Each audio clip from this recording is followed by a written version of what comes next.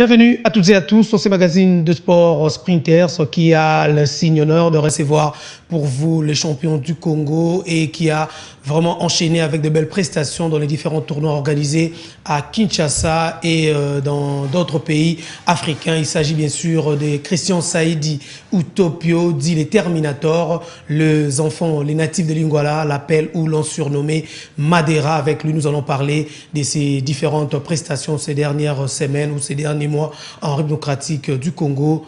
Bienvenue dans le plateau, Christian Saïdi, champion du Congo et puis champion de la dernière édition, il y a meilleure raquette organisée bien sûr dans le cercle de Kinshasa. Bonjour. Aux Mali, il m'a terre aux Arabes. Mali, l'idée plaisir à trop, Christian Saïdi, Banalingwa la Madera. Nous avons plaisir à trop que les Galéons na plateau Antenne A. Vraiment, merci beaucoup. Vraiment, nous avons plaisir à trop. Merci Christian Saïdi. Avant bien sûr de parler vraiment de notre grand sujet d'aujourd'hui, vos différentes prestations, on voulait suivre le différent résumé de matchs de la Ligue nationale de football, la 28e édition. Et c'est parti pour cette formation. Et la passe, l'un devant, attention, Nzanga Malamou dans la surface, la frappe d'Nzanga Malamou. Ilunga Chibanda. Ilunga, la passe d'Ilunga Chibanda pour Nzanga Malamou, pas de position litigieuse. Nzanga Malamou qui frappe. Et ça passe à côté, Nzanga. Deux belles occasions pour Céleste. C'est toujours Nzanga Malamou qui n'arrive pas à conclure. À chaque fois, il fait toujours ce mauvais choix de frapper très fort en faveur de son équipe. Regardez cette liberté. Nzanga Malamou. Oh là là, ce centre, Nzanga complètement raté. Ce qu'elle allait apporter au cours de ce championnat. Attention, la tête, l'ouverture du score des unionistes. C'était suite à ce centre de Moussili, très bien exécuté, et la tête de Benin Namboka qui a confondu à la cage. Ah, très triste. L'ouverture du score d'Emmanuel Moïno de Kindou. C'est bien combiné encore Mousseli. Oh là là, ce geste assez magnifique. La frappe enchaînée directement dans les gants du gardien Opunja David. Oui, c'est donc la pause ici au stade des Martyrs. 0 pour Céleste Football Club. 1 pour Emmanuel Moïno de Kindou. Guillaume Mapanda à la récupération pour les comptes des unionistes. La passe de Marxi. Marxi avec Willy Bokingo qui perce l'occasion de Maniema de marquer le deuxième but, mais c'est raté avec ce ballon des Canous, je l'entends. Bien trouvé au second poteau par Willy Bokingo. Je pense plutôt que le ballon va arriver rapidement sur lui. Ces derniers gestes qui fuient toujours à l'équipe de l'AS Mané-Maignan. Regardez ces centres bien bottés, surtout il y a beaucoup de présence. Il y a au moins 2 joueurs dans ce second poteau. Ils ne vont pas réussir à bien ajuster ce ballon. Il faut pousser, il faut toujours continuer ainsi. Maïguela. La passe d'Emaïguela pour Ebouela, pas de position de hors-jeu. Ebouela pour Maxime Pia. Le deuxième but d'Emmanuel Moïno de Kindou. Maxime Pia Ndingeli, le capitaine d'Emmanuel Moïno, pour mettre KO cette équipe des Céleste Football Club. Et toujours dans sa célébration que le ciel l'a exaucé à nouveau. Maxime Ndingeli qui est très bien parti sur une action très bien entreprise par l'équipe de l'AS Mané-Maignan. Ça désorganise totalement les rythmes, ça casse les rythmes. Et derrière, la passe d'Ebola, Maxi qui fait le travail qu'il faut, placer les ballons au fond des filets, tromper la vigilance de David Opunja. Tout pas perdre ce ballon et il fait la plus belle de manière. Encore Canou qui perd, c'est Canou, le centre des Canous. Mandiangu Makala pour empêcher ce centre des Canous. J'en reviens à mon invité de cette semaine, c'est bien sûr Christian Saïdi. Christian Saïdi, tournoi meilleure raquette, et aussi là, ont enchaîné les sous-cas belles prestations, après Coupe du Congo, après tournoi Cercle Kinshasa, après place au Bandoko au Bimate, Zo, au Longi, au Bimina, na Wanda Metropolitano, au Bimina Santiago. Au cas où on est au final, on a Arnold, déjà, na Zo Tennis Club. Oui, final, ils ont facilité. D'abord, Kobe dans le club Azo. Et pendant que on a bandagi travail, pour se préparer pour l'Européen de Kinshasa. Vraiment, nous avons déterminé vraiment, il faut réussir à gagner le tournoi dans le Kachazo. Toutefois, nous avons tapé un club nangai. Vraiment, on a presque tout. Nous avons tapé tous les tournois, nous avons bêta nazo, papa Léon Baïbi, papa Kamara, Bazalaki, pauvre Kamara, Sonam. Nous avons bêta vraiment nazo. Tant qu'on a bandit travail, nous avons vraiment déterminé. Vraiment, cette fois-ci, il faut gagner nazo. Nous avons qui mentalement, nous avons commis fort. Pour gagner nazo, c'est que bien mon boïbi nazo. Donc vraiment, Nathalie qui n'a pas de mental dans le tournoi Open de Kinshasa, si on a réussi à nous, c'est qu'il a commis grand sur le plan mental. C'est vrai, Obima Kinazo, mais défi M. Zalaki, il y a fin de l'année, où Makassi Zaki, vraiment, deuxième édition meilleure raquette, Oza, tenant du titre. Et comment est-ce qu'on prépare qui tournoi à la meilleure raquette, au tout le monde qui vraiment Zalaki peut 6 mois en bois, oui. Ouais, tournoi meilleure raquette, vraiment, ils ont des grands tournois pour nous. On a regardé toujours le titre, on a perdre. On va avoir le temps aussi, c'est Open d'Anzo et puis de Katia Braza. On a gagné un tournoi à Oyo. On a gagné une demi-finale. Vraiment, la zone déjà est là. On a dit Makité qui est pour la demi-finale contre Joël Meda. L'adversaire, on a expliqué tout à l'heure. On a un peu dire Azo gagné Mikolo vraiment. Pour là, il contre dans demi-finale dans le tournoi Oyo. Il a gagné Kiamou. Mais moral quoi il a été. Moral vraiment quoi il a été. C'est décidé qu'il a habité. Dans le BCT, dans la zone il a sous travail pour nous préparer le tournoi meilleure raquette, on paye la meilleure raquette. Dans la zone, dans la commune qui bah ebisingai qui bah mamata koya pour nous koya kobeta na tournoi meilleure raquette. Quand à moi, c'est pas l'équipe, bon, ils avaient bien tourné, comme appelle sous moi, ils avaient un challenge à ma case. Pour tout le monde, on a eu un tapé na Oyo, à celle qui finale. Et pendant que le bail, bon, on a eu ceux qui vraiment, qui n'a commis ma case, n'a commis pris tourner, banda qui a facilité. Na beta qui premier match, na devant de côté, na la carrière Licolo, na zagi na des challengers. Boyebi bienvenue Bolangi. Boyebi grand abisso Toubi Besombi, je le salue à la PCMBO Sigazali, entraîneur national mais azanan compétiteur quoi. Ils ont eu facilité de frapper des challengers, on a beta quart de finale et puis Théo beta na grand nangai Toubi Besombi demi-finale. Ils ont eu facilité, vraiment match ngana ils ont moins facilité parce que yebinga moi muké.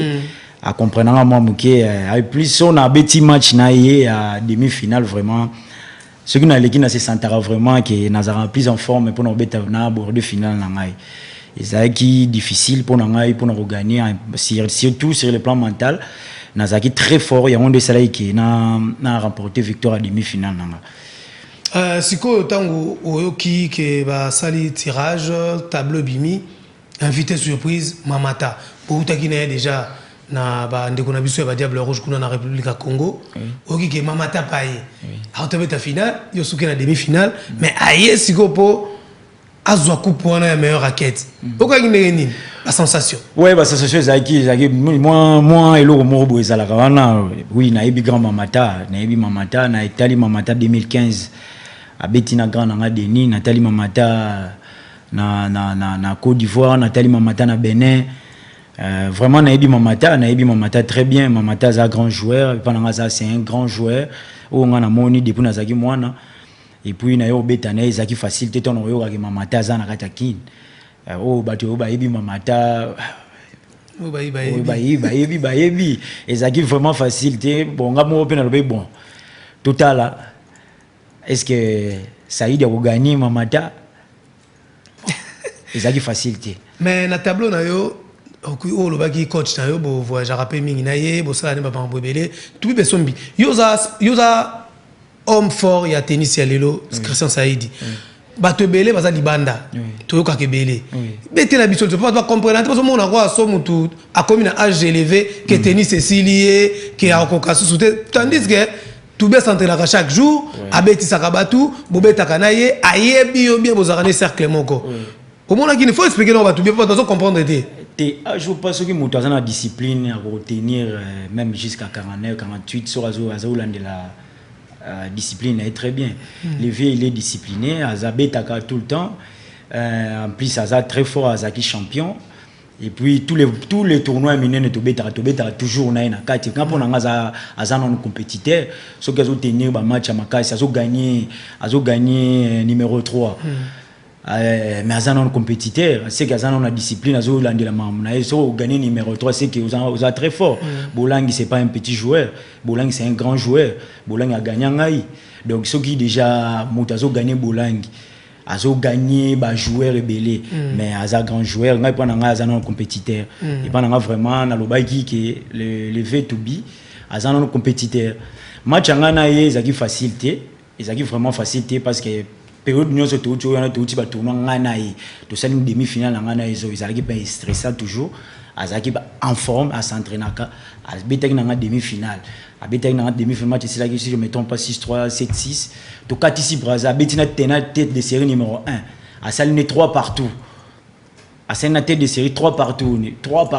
tournoi auto qui na oyo à saline tête de série 3 partout et puis je ne go déranger pas pour na match na to zonga na Kinshasa azobeta et on a tourné sur tournoi meilleure raquette a beti déjà vrai match on a beta na quart de finale ça qui déjà vraiment chaud pour nous entamer match na moi j'ai dit que d'abord on a félicité Toubi grand Toubi ce qui dit c'est là aza toujours dans les 4 vraiment on a félicité ngai pas na courage à tikate tike à l'embina noté azope ça pincha donc pas na encourager à tout azala toujours Christian Saïdi jour où tu demandais que Zela qui samedi on a Mboula mais tu commis sur le terrain mamata adversaire il y a jour alingi ba report et match yo osaki déterminé baki to beta pour to kutana pe na makamba boye Mboula beta ki na tongo ba rembler terrain to beti pourquoi vous tenez qu'à match avec mon coloana ba gris na yo ba bloko no yaki nango senga ka samedi wana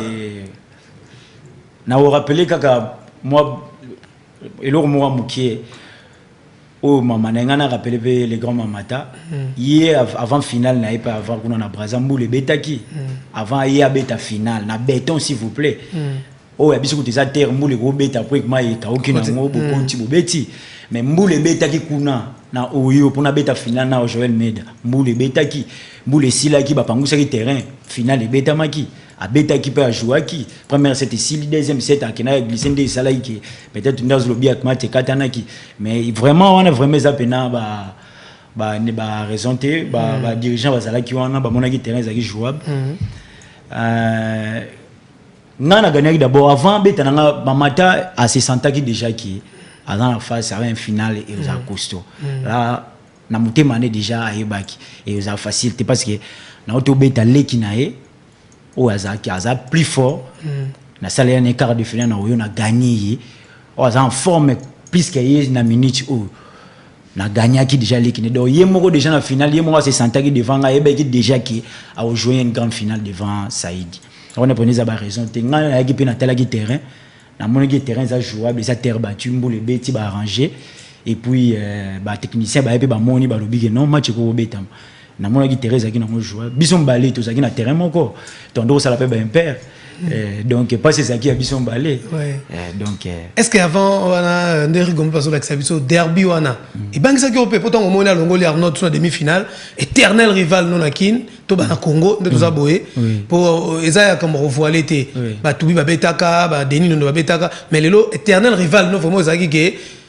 la tennis lelo Isaki Arnold c'est vrai qu'il y a quelques finales là comme on voit vraiment les devants les déçus au que derby on a na mamata pour tala qui peut match na demi-finale bon na mona derby on a na landa derby ya collègue na Arnold Dikondo na mamata Isaki très bien na mona qui de Arnold ça soit qui sans vous mentir Arnold vraiment soit qui a bêta match ne kitoko et non de il que manga qui Isaki bon ba biloko moi détail moi mikié ou Arnold a gagné nga déjà na soki de la partie demi-finale déjà on a moni mamata na ebi ke na biti ndeza bo mamata na obetane bo na obetane puis na réussir déjà parti à demi-finale na ba qui non réussi le bas peut-être Mamata a ça la paix a changé ba technique na mais nga déjà na zaki déjà na ondima ki na gagner Mamata né na mona des match à na on Azana top 800 ouais est-ce que lo nini omonaki o bando compliqué pas na force na mo monaki zaki wapi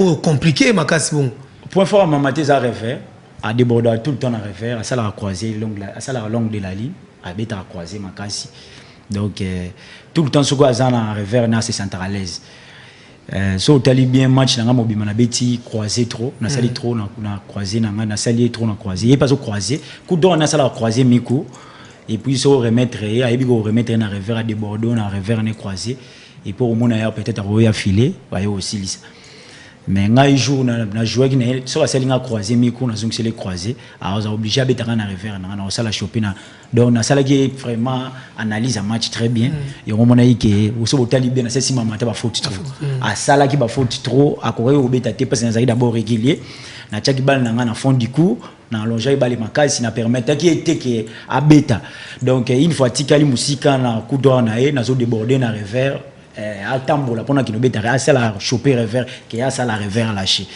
donc c'est ça détail à match mais ming no ki ba tout bana so non ça des autres naming fileté terme technique non c'est ezaki formule non ezaki nango technique ezaki nango force ezaki ba tout so ba ba ka to ka ça il est donc de fileté moment que défilé il faut eba ba ki na filer o za sir ki na balo na beti na yebiki mutu oyo à remettre en côté à remettre boue des moments où mutu ko ke défilé avec grand Mamata comme joueur le roi Mamata tu ko ke défilé à mon au filer tout le temps to bo ki balo filité à passer au ninga ligne devant un grand joueur le roi Mamata donc à so beta revers croisé mi cour beta revers croisé long de la ligne donc pour nous déborder au ke défilé na revers na il faut à la cire que Mamata a au mon a balle bien té ndo yo présenter Philippe so e bongo ta au passé so botali bien passer à Arnaud trop na match so bon mon botali bien avant de passer Arnaud tout le temps trop parce que ça dit trop à l'aise na revers na Arnaud dans déborder sur revers ba passer so tali match ya Zaki na est-ce que ba geste wana Mamata banda ko sala mingi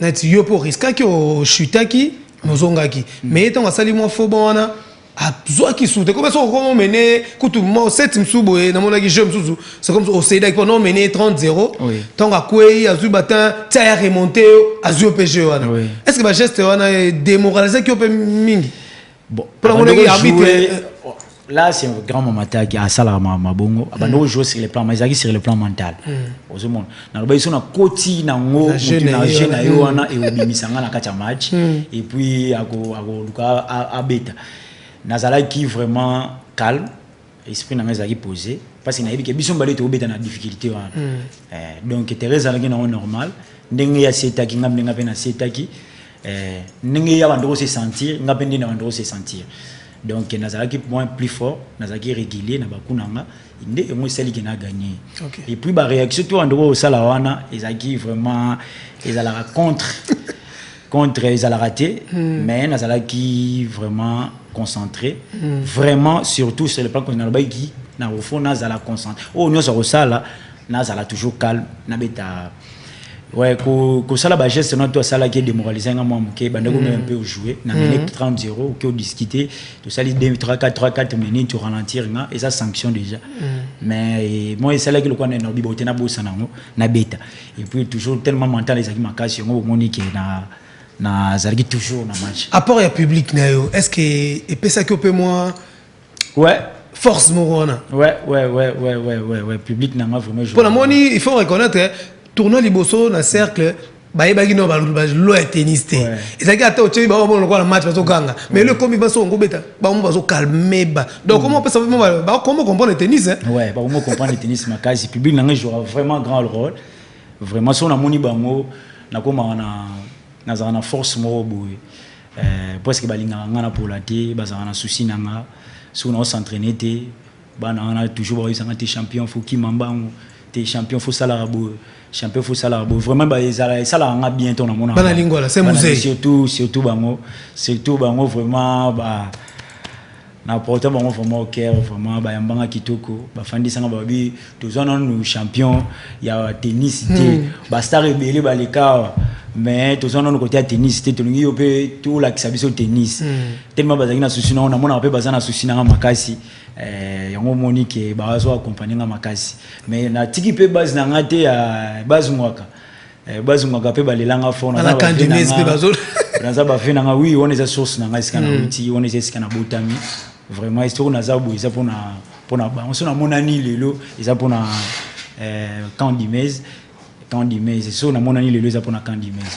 Base n'a pas toujours en quoi petit va soutenir n'a toujours batika n'a pété toujours ma beaucoup on a bango ba fait n'a tout en quoi vraiment et ça là on a bien on a mon appel bango ba va soutenir vraiment. Grâce bien sûr à Rigo Molopo, Hervé Landringo et Papi Katassi, on voulait suivre le grand format de cette finale qui avait bien sûr opposé Paterne Mamata de la République du Congo et Christian Saïdi, numéro 1 du tennis en République démocratique du Congo.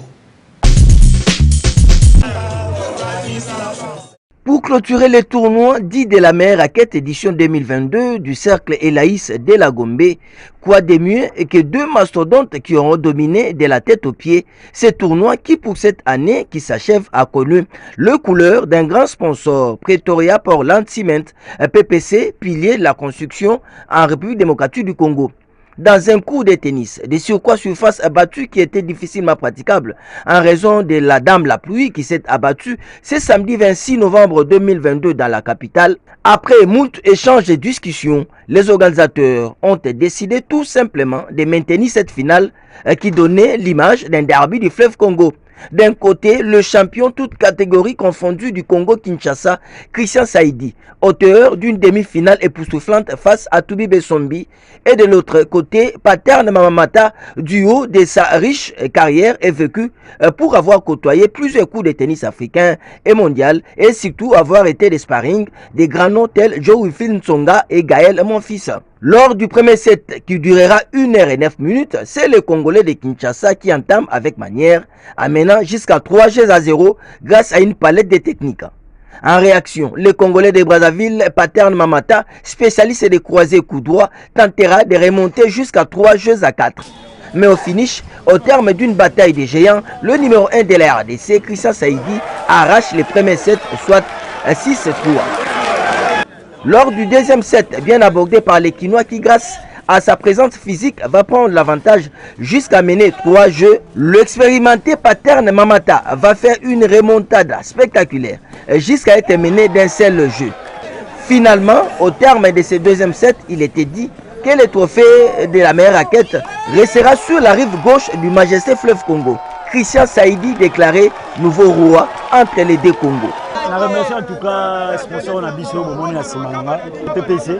Vraiment, la deuxième édition a gagné. La première édition, c'est très bien organisé. Et puis, deuxième édition, en tout cas, ils sont très bien organisés. Vraiment. Pour accompagner ce tournoi, PPC Pretoria Portland Cement a mis un dispositif impressionnant. Un chèque de $3 000 américains pour les vainqueurs et $1 500 pour les finalistes. Ainsi que la collation financière conséquente à tous les participants. PPC, dans un esprit sain pour un corps sain, a voulu une fois de plus soutenir l'effort de la jeunesse. Et je pense qu'il est important que PPC soutienne le développement de la jeunesse congolaise à travers le sport et le tennis. Il est vrai, c'est peut-être moins accessible que le football. PPC, Pretoria Portland Cement et Sec Laïs de la Gombe ont réussi leur pari. Il faudra mettre une édition. Christian Saïd, dans son qui pas nayo, trophée ango public eza comme on a téléspectateurs et antenne A, au dédié vraiment trophée on a deuxième édition zo kangaka trophée au boy ko tikela ngo mutu. Même si pe soutien mboka za nango te, boto beta ba coupe coupe Davis na Rwanda, risque to tika bino na Rwanda na to kende, batazo kama na aéroport bokembo kanini Rwanda.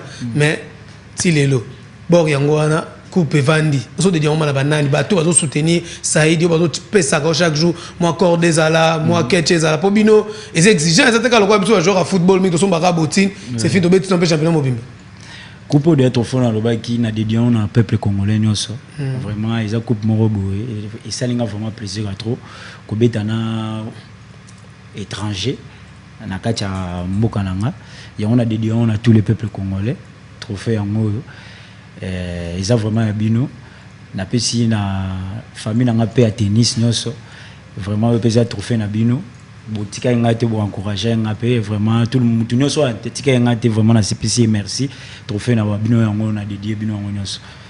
Ok, indenge nini tant moni public ba tombolo tant ko makuto ba écouter. Moi bato ba soutenir ki wana chaque jour ou bien ba ikapona tournoi. Non ba soutenir chaque jour. So bolandi bien maman to demi-finale na ngai. Et ça qui toujours bongo.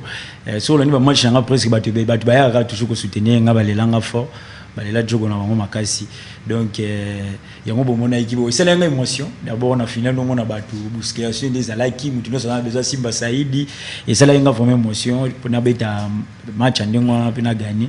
Vraiment ça la nga bien. Na yoka vraiment et ça la nga vraiment ça la nga bien. Et par rapport à organisation. Organisation tournoi zaki très kitoko. Très vraiment impeccable. Commission technique bazalaki vraiment très gentil. D'ailleurs na pesimbo te na grand nanga pavé bukata oazo landanga na vétieri bato staff nyonso ba ya Alain bato nyonso basalaki vraiment en tout cas bazalaki vraiment basali musana bango honnête quoi. Et puis na sponsor na biso a organisé tournoi et ça a pu aller voilà souté pour la deuxième ouais PPC Azoya vraiment ouais vraiment et puis na pesi vraiment ba félicitations à chef Didier ouais là ici pour tout le temps la deuxième édition ça lisa et les kakisu kitoko et qui a tout vraiment na pesi mbote sikazali ça n'a plaisir à trop et vraiment ba lembaté ba ça là toujours sous meilleure raquette ouais troisième édition ça sous collègue. Le président de la fédération RDC de tennis, Georges Kochi Guimea, qui venait là de prendre part à l'assemblée générale de l'ITF1, la fédération internationale de tennis, tenue bien sûr en Écosse. Georges Kochi a convaincu les autorités de cette instance internationale, car la RD Congo, pour la première fois, avait participé à la coupe Billie Jean et pourquoi pas Coupe Davis, même si les dames avaient quand même raté par rapport bien sûr à cette affaire de passeport, mais la RDC, grâce à Saïdi, Arnaud Dikondo, Bienvenu Bolangi et celui qui joue aux États-Unis, William Bouchamuka, avait bien sûr participé et terminé 3e. Christian Saïdi, aux Obéta bien, tout va confirmer. Mais les Cambouis sponsoring, ils ont vraiment nini. Yo mo aux Obéta porte, tu vas hésiter non. C'est vrai, Aboma Mataki, tout va parce que Bazaki na mutu na sima na bango. C'est vrai, on va pas ça mais il faut sponsor azala pour voter le budget et année. Aux gens pour se déplacer, et c'est un moyen ça. Oui, vraiment, ils ont vraiment ils ont tout dit ça. On a makasi, nous avons aussi vraiment la fédération, ligue nabiso, bah grand mécène sur le sport, vraiment où bah Holandanga na militio, il y a vraiment ils ont souté talent nanga yango, c'est mon ami nami sur bateau, et c'est na la kisi, ils ont manqué siko. Mutuni na kubimisa ngo tso ko tailler vraiment diamant c'est bien mais mutuni na ngo tailler ngo vraiment nazo manquer vraiment ba moyen makasi pour na koma na objectif na za ngo bezo pona ko mezo singa sponsoring o muto ko sunga ngai na ba billet d'avion na ngai na ba équipement na ngai ko futa ba entraîneur na ngai na ozana bango donc vraiment na osinga aide na tous les sponsors ou vraiment bazola na minute oyo ceux qui bakoko sunga ngai Christian Saïdi ba sponsoriser ta société moko ou bien banque moko ceux qui ko zo ngai etchanga maboko ko sala vraiment bien makasi. Merci Christian Saïdi. Suivons à présent je dirais les dernières informations sportives en République démocratique du Congo. La finale de la 16e édition du tournoi Justice Loisirs se joue ce samedi ici au stade de Martyrs. À partir de 14h, nous serons déjà ici. Une finale qui va opposer le barreau de Matete à la Cour de cassation des préfets de la Cour de cassation.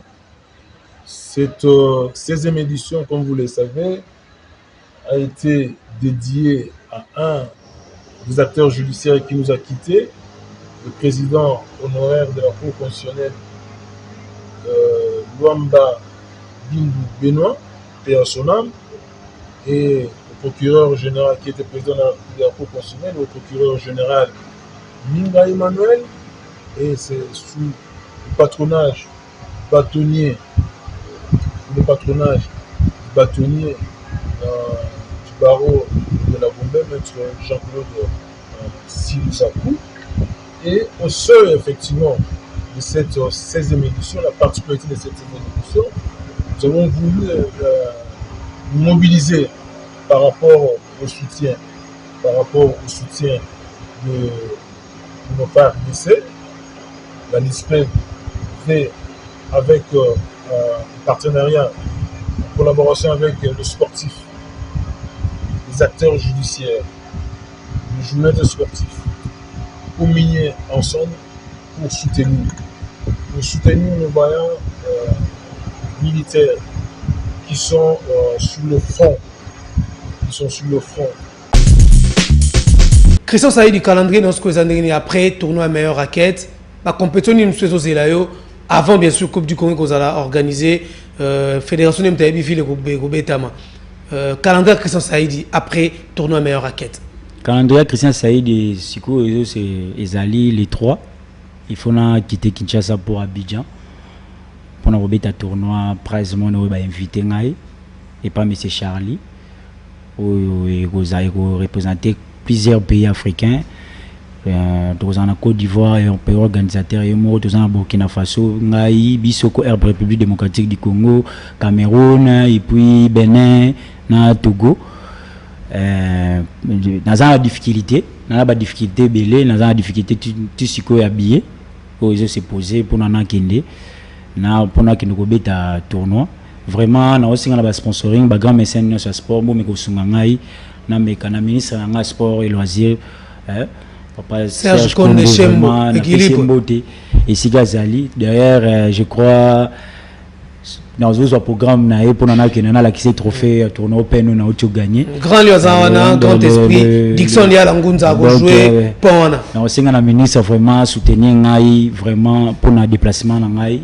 On a déplacé tout à l'heure là dans quelques jours là les 3. Vraiment ça l'a bien sur ministre Atchenga Maboko na que nous beta open na kati Abidjan et où ils ont banda Ligue 5 donc normalement il faut quitter les 3 na aussi un soutien à ministre vraiment Atchenga Maboko pour na zo vol na après compétition après compétition karawana à partir wana na ko kidama na Cameroun na Douala je crois pour na ko beta tourner ko banda les 13. Ils ont des tournois chez les Hollandais. Au tournoi à Abidjan, les 4 les 12, non, les 4 les 11, les 13, na Douala, na Cameroun, pour na Open Yannick Noah, ou Ebeta Marakuna. Et on a aussi vraiment soutien na yo premier ministre sport Papa Serge Konde na yebi kozola nanga vraiment na aussi na yo soko ko sunga Christian Saïd numéro 1 à République démocratique du Congo a qui nous participer na ba open na ko sala nga ko sala vraiment bien pour na lokumo ya mboka et surtout pour défendre qui toute la province au Katanga sérieux on a pas qui ministre provincial on a Tobi Gaza bien entouré avec ba conseiller local Dixon Yala Ngunza moi na Yohana azo la fierté abetaki na Rwanda tisiko bato mona clarté moi des motivations est-ce que le but reçoit sous aux États-Unis atika ki ma ramener belé pour obeta ti lelo l'argentin Nicolas Kazadi na de Kesate Nicolas Kazadi argentin zo zelani kaka zo senga kaka ba compte ba joueur non tout ba non ko pesa rapé le quoi to pesa rapé ba joueur ya football sport c'est vrai ça to linga bango nyo sommet c'est comme si moi discrimination ça la vraiment na ba sport mususu bango ba lela kaka bango ba ya ko le même ba ya kapé na ba résultat. Christian Saïdi objectif de Zanini après ba tourner sur Rosala wana est-ce qu'il y a beaucoup de quart de finale to ozo kende kuna vraiment pour banzoko baza objectif ali bosso ezali ko kende ko sala finale naza vraiment déterminé naza en forme bato ba moni bato ba yebi objectif ali bosso ezana ki na Abidjan sala d'abord finale pour ko gagner compétition ko beta makuna on objectif na ya mibale naza souci na ko ma champion d'Afrique centrale. Objectif nanga vraiment ezanga OK et puis na beta coupe d'Afrique nanga ya l'année prochaine l'année prochaine ma bloquer belé jeux africains sur Ghana tout et tout na équipe nanga et tout ça na bonne équipe tout ça sélectionné pour na beta coupe d'Afrique ceci na biso ezali pendant to équipe na biso pe to gagner coupe d'Afrique et au sala biso bien et au sala biso pe bien na époque na biso na époque na ngai ngape na sala ki reno au grand nanga dernier na yebi ke nzamba osuma et au sala mabongo et comme qui est déjà bien malé nzamba otia maboko et puis rêve comment réaliser quoi. OK. Ouais. Christian Saïdi poto chuté après qu'on sillonner Afrique wana on sait que ça soit dans mabeli panayo oza vainqueur il y a Coupe du Congo organisée dans Grand Hôtel. Ouais, Coupe du Congo. Ndé on ndé suka makam na décembre. Vraiment pour la Coupe du Congo ngai Christian Saïdi naza prêt, naza vraiment en forme pour entamer Coupe du Congo. Et la compétition moko n'apporte au cœur vraiment et la compétition moko et ils un peu stressant mais ils la compétition moi monene où ça la base à la grand ngam na gagné qui Coupe du Congo l'année passée ngam na champion en titre et puis na hôtel sous titre na angé na yebi que ils ont facilité na perdre ils ont facilité vraiment na perdre titre na souci na conserver toujours titre na il y a champion toujours na toujours champion du Congo. Champion du Congo derrière yo batubele bazalakana yo bazo motivako chaque jour atolali babiso champion comme dans 5 fois qui mambangu moi soutien batouana moi et ça là va moi bien. Ouais, d'abord na remercier d'abord nakoki ko si cette émission té ça gena remercier papa nanga papa Jean Scartin o soki bomoni Saïdi lelo soki bomoni lelo Saïdi a comme grand so moni le Saïd azobeta et ça grâce à Jean Scartin on a opé ça mbote vraiment Sigazali na opé félicitations vraiment na musalo asali ponanga pona lelo bomona Saïdi lelo champion du Congo et ça qui na monsieur Jean Scartin oyo a Mizaki a Tchaki Maele nae pour lelo na comme grand na remercier tout le monde famille nanga surtout oyo ba tchanga na mabondeli ba ebisanga musala na yango oyo pona vraiment papa nanga tchebutinga tchinga na mukili na pisi merci à trop parce que atika nga té toujours et ça là qui nga vraiment bien de na mona ki suna finale nga yo mona finale nanga